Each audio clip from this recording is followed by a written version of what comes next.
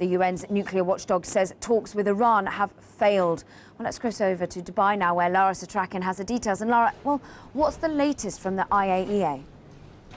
Well, Caroline, the head of the IAEA, Yuki Amano, said the talks in Tehran this week were, quote, disappointing. There had been limited hope they could unfreeze that deadlock between Iran and the West. Of course, news flow from Iran sparking fears around the ultimate risk to oil markets, a potential war here in the Persian Gulf. Yesterday, Iran threatened to take preemptive action against the West if it continues to endanger Iran's national interests. One of those interests, its oil revenues. As of July 1st, Europe's oil embargo takes effect. That takes out Iran's #2 oil client after China. But sanctions overall also take out about 1.4 million barrels per day, potentially vanishing from the market by Barclays' estimate. And that happens as Asian countries like Japan and South Korea scale back on their purchases of Iranian oil. That's lost revenue for Iran, and Barclays says a supply risk for all of us at a time when we're already facing a tight market. The swing buyers here, potentially China and India. They could pick up extra Iranian crude,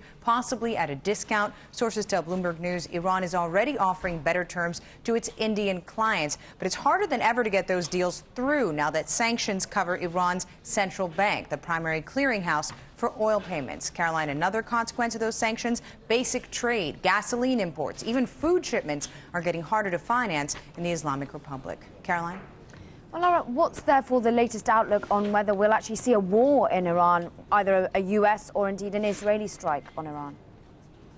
Well, the prospect of an Israeli strike in particular rising in the public discourse, but Israel's defense minister Ehud Barak said this week it's not imminent for now. Plus, a strike is less feasible than you might think. Dr. ABDULLAH TOUKAN, a nuclear scientist and military strategist, told us that given the difficulty, the complexity of a strike on Iran's nuclear assets, Israel would be hard-pressed to strike Iran alone.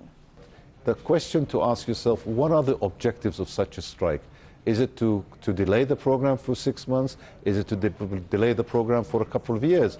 Or is it to destroy the program? Hence, each one of these criteria have a different level of attack scenarios and preparations. He also said the effects would be catastrophic, a mess across the Middle East with Gulf states like the UAE and Qatar possibly caught in the crossfire.